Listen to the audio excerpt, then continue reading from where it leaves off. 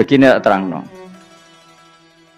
Hukumnya Allah Ta'ala itu ada yang berstatus itu lugu. Lugu itu ya lugu ummi. Karena agama ini memang ummi. Ummi itu lugu. Sehingga agama ini tidak perlu diterangkan. Ngendikane Abu Hanifah, agama ini ketika datang itu orang lugu. Lugu itu murni. Murni itu proporsional. Sehingga sifat ummi itu baik. Misalnya saya bilang gini, rungono awas kena keliru. Kalau kamu sholat itu batal kalau makan. Itu ukurannya satu upo apa satu piring? Satu upo kan? Itu sudah batal. Terus kalau saya bilang gini, Cong nak tamu keimangan, itu sak piring tak sak upo. Dalam bab sholat satu upo ke mulut itu makan. Tapi dalam bab hormat tamu itu satu piring. Setuju ya? Tak warai pinter kayak. Ayo tak warai ya. Wes setuju ya? Wes pinter. Lo jawab wes pinter. Udah gak usah mikir itu. Jadi hukumnya Allah itu ada dua. Ada hukum itu lugu dan ini bagus. Makanya saya itu kenangan saya terbaik dalam membela Allah dan Rasul. Saya ulang lagi, kenangan saya terbaik dalam membela Allah dan Rasul itu masalah faraid. Dulu mungkin banyak yang ingat lah ketika tahun berapa lupa saya. Tapi ada seorang menteri dan pakar Islam menggulirkan isu hak waris itu sama. Lelaki dan perempuan sama. Alasannya karena perempuan sekarang kerja. Jadi gara-gara kesamaan gender kemudian mereka ingin bagi waris itu apa? Sama lidzakari bisul hadil unsain itu ditentang. Gerakan itu pernah menguat. Termasuk yang bisa dengan tanda kutip bisa menghentikan gerakan itu termasuk itu saya. Yang punya pikiran gitu tak parani, tak tantang. Tak tantang begini, saya bilang gini. Anda ngomong ini itu karena pinter apa karena tren? Tak tanya. Ya karena pinter. Saya ini kan orangnya keren, punya kepangkatan jos lah. Ya kepangkatan jos, kepangkatan dunia. Mesti cara pangeran bojos ora ya ora. Cara ukuran dunia itu jos lah. Tak tanya. Saya itu Pak Ba, termasuk yang setuju gerakan kesamaan gender. Dulu kan lelaki perempuan itu beda sekali karena lelaki kerja perempuan enggak. Sekarang sama-sama kerja maka warisnya harus sama. Terus saya tanya gini, lalu penyebab warisan itu kerja apa lelaki? Dia jawab kerja. Dia nggak ngerti kalau ngadepin saya. Saya ini kan orang alim yang biasa belajar mantek. Dia ini ratoh nak aku ngalim. Sembrono ya jadi ini.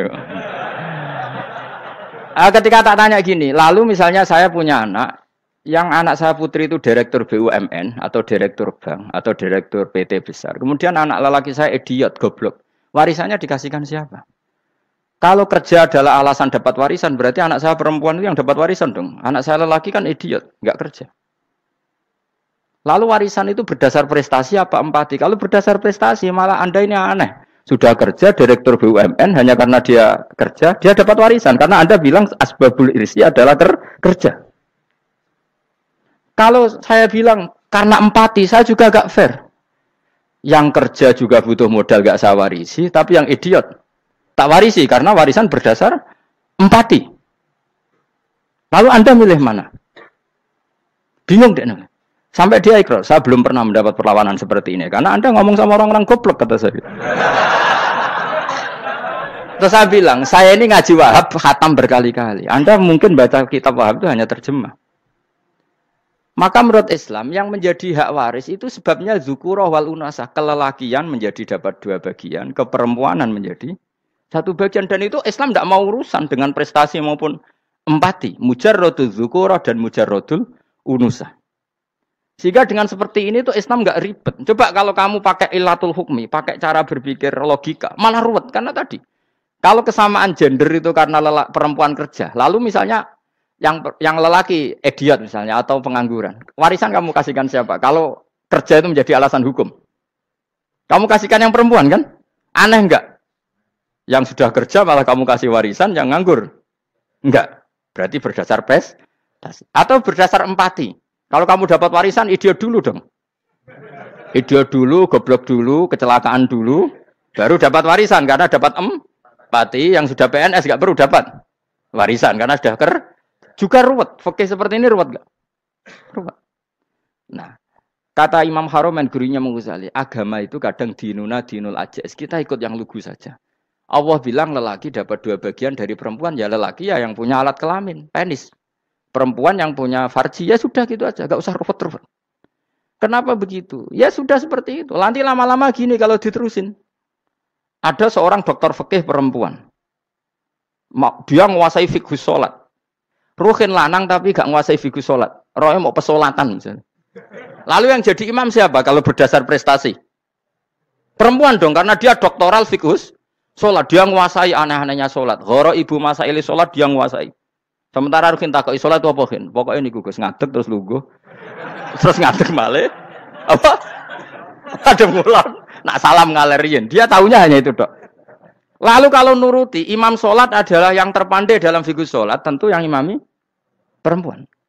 Tapi agama ini tidak seperti itu. Pokoknya wong lanang imami, wong beda.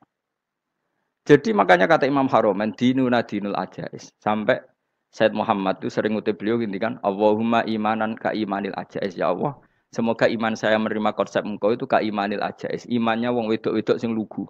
Ajis itu perempuan lugu yang sudah sepuh.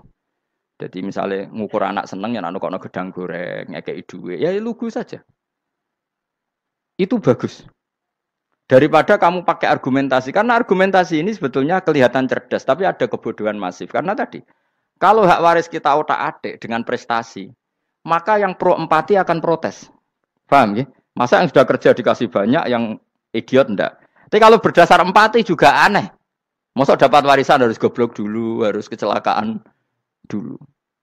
Maka Rasulullah pernah ngendikan ketika ditanya, lalu warisan untuk siapa ya Rasulullah? Nabi jawabnya lucu. Fali aula rojulin dzakarin. Jadi Nabi sempat ngendikan kata rojul. Kemudian direvisi dzakarin. Fali aula rojulin dzakarin. Semua ulama ngendikan dzakarin di sini adalah badal. Nabi ngendikan rojulin. Kemudian Nabi ingat kalau rojul itu identik dengan lelaki dewasa. Apa? Kemudian Nabi mengulang lagi dzakarin. Tidak harus dewasa, yang penting lelaki. Jadi meskipun baru lahir, kalau dalam keadaan baru lahir namanya apa? Kan dakarin kan? Belum bisa dikatakan rojul. Paham ya? Nabi ngulang 2 kali. Fali aula rojulin dakarin. Ini penting saya utarakan supaya clear. Jadi agama itu gak usah diotak-atik. Ya itu tadi misalnya imam sholat itu lelaki. Ya sudah lelaki. Lelaki itu apa? Yang punya alat kelamin lelaki. Jangan dibalik ini. Yang dikatakan lelaki itu orang kuat. Jika meskipun perempuan kalau kuat, misalnya perempuan anggota poluan. Lelakinya cemen, idiot, maka imamnya perempuan gitu. Karena makna lelaki adalah kuat. Ini keruwetan. Jadi agama itu tidak seperti itu.